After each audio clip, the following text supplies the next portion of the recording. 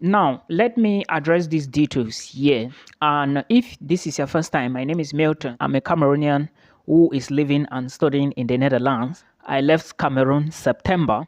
So very soon I'll be maybe, I don't know. Now, let's go quickly. I want to talk about some things you need to know about Sweden.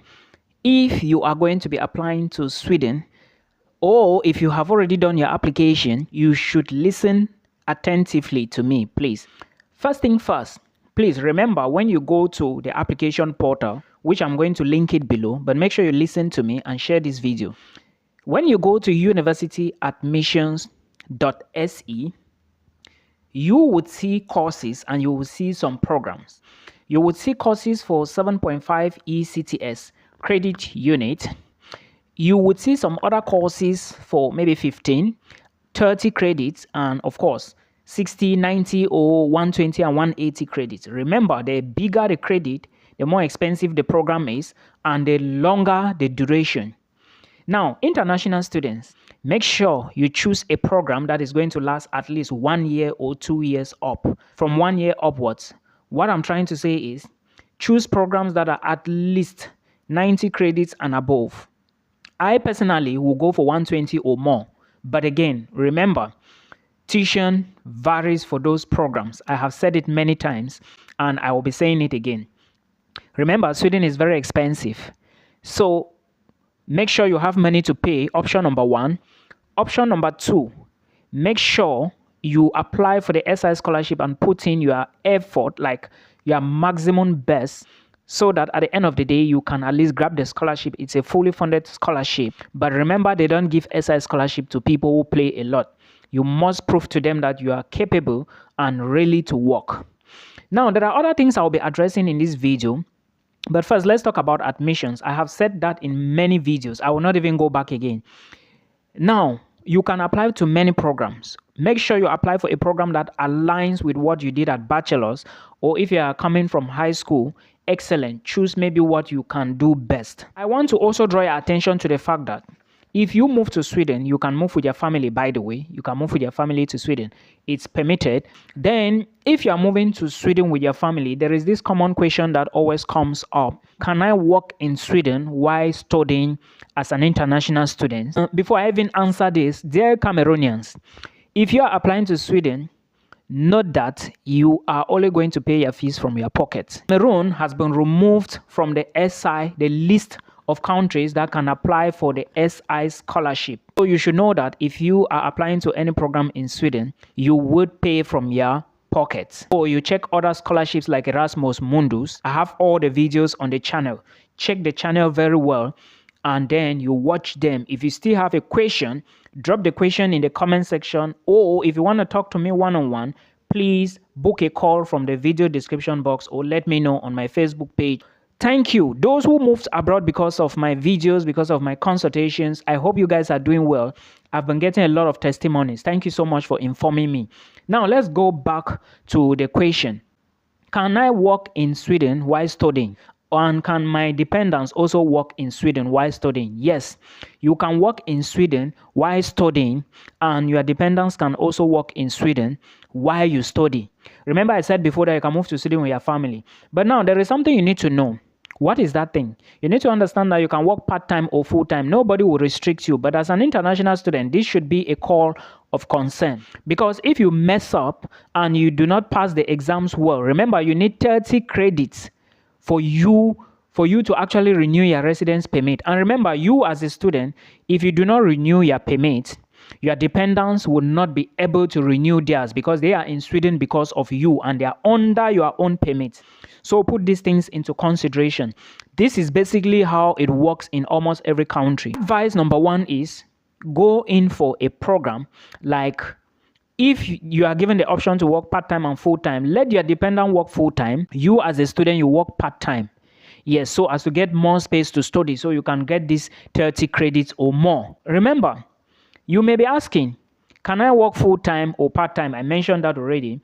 And you may be asking, what type of jobs are there in Sweden? Well, not just in Sweden, in other countries, The jobs there vary from qualifications. Do you have experience? Do you have the qualifications? It's possible to get such jobs. Go for what you think you can really get if you do not have qualification. As for the students will always do jobs like cleaning jobs, school ambassador job, and maybe restaurant jobs and farm jobs and a whole lot. But remember, always remember this. It's important to apply for what you think you can go in. You cannot study in Europe and at the end of the day you are struggling. No, the certificate is more powerful, and therefore you will definitely get a job if you apply for one. Another group of people, or let me say this question came from, I don't know if it's from my Instagram. How can I pay my fees in Sweden while I work? The answer is you can work, but you cannot pay your fees for the first year. Now, let me do a breakdown so you understand. Before moving to Sweden, you need to get admissions. And before even getting admissions, you have applied for a program. And when you apply for that program, they told you about the tuition. You saw everything. Tuition for 1 year and, of course, tuition per semester. Amount at the top is tuition per year. When you move to Sweden, you might probably move to Sweden September, October. I am in the Netherlands, but I've read about all these things and I have people in Sweden. So I asked them all these things. When you move in, you need to get 3 things done. Your personal number, your Swedish identity card, you need to get a bank account. Without these documents, you cannot work in Sweden, and nobody is ready to take the risk to employ you without these things. Now, personal number, when you arrive in Sweden, how long is it going to take you to get the personal number? It's probably going to take about 3 weeks or plus. Okay, this is for you and your dependents. So please put this into consideration, and probably it will take 2 weeks. Remember, everything abroad is through appointments. So someone dropped me this question on Instagram, and I'm going to be answering it here so that in case you are equally thinking about something like this, you should be aware of what you are going to do. Now, this question relates to those, or it concerns those that are going to be moving to the Netherlands in the near future, probably maybe for the September intake. Now, remember, I drop longer versions of my videos on my YouTube channel, so please make sure you check the channel. Milton Fonkwa is the channel name. Then you watch those videos so you actually understand what you are going to be doing. So this is the question. The young man said, am I the one to arrange for my accommodation myself, or the school is going to give me accommodation? And who is going to pay for it? Now, I want to say something here before I answer this question. Remember, for you to actually study in this country where I am, the Netherlands, you need to actually give the university your complete tuition. Like when you get admission, your university is going to ask you to deposit your entire tuition into their bank account, because they are the ones to apply for your study visa from the Dutch embassy. In fact, your school is going to apply for the visa themselves. All right, they are going to submit the application to IND, which is the Dutch immigration. Then it's going to take some time. Currently, I have some people who have applied already, and some will be joining us here next year.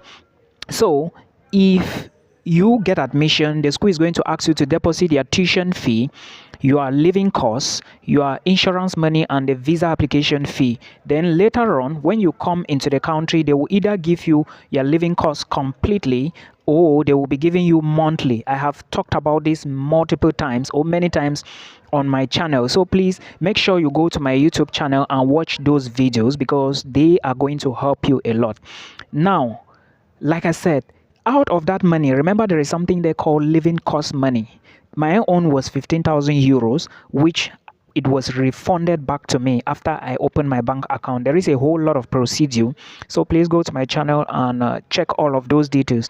Then if you are not comfortable and you think that you want to book a call with me, make sure you look at my YouTube channel. Everything I say on that channel, put it into practice. Then also do your own due diligence so that you don't make mistakes. Okay, things can change at any point in time. In the meantime, if you hear me mention something on my YouTube channel, know that it is at least 90% sure.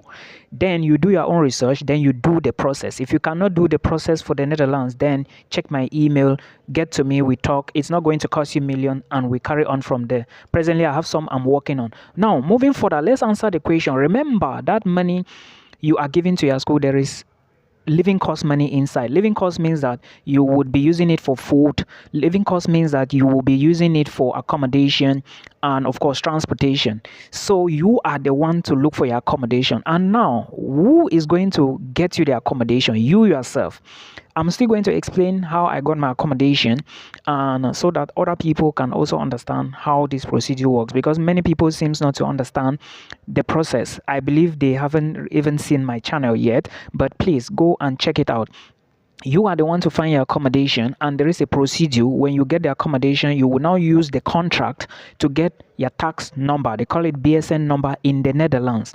Now, that tax number, without that tax number or without accommodation contract, because they will verify the contract if the house exists and if it has an address and if the landlord is legit, right?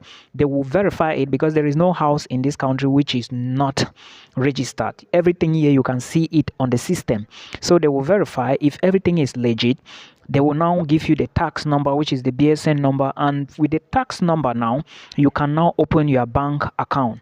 Without that bank account, without the BSN number, without your residence permit, you can never work in the Netherlands. I'm now talking to those of you who want to use the VV, right? The VV, you understand what is VV. So use the study pathway. That is the best option. We will meet again in another one. I hope I answered this question correctly.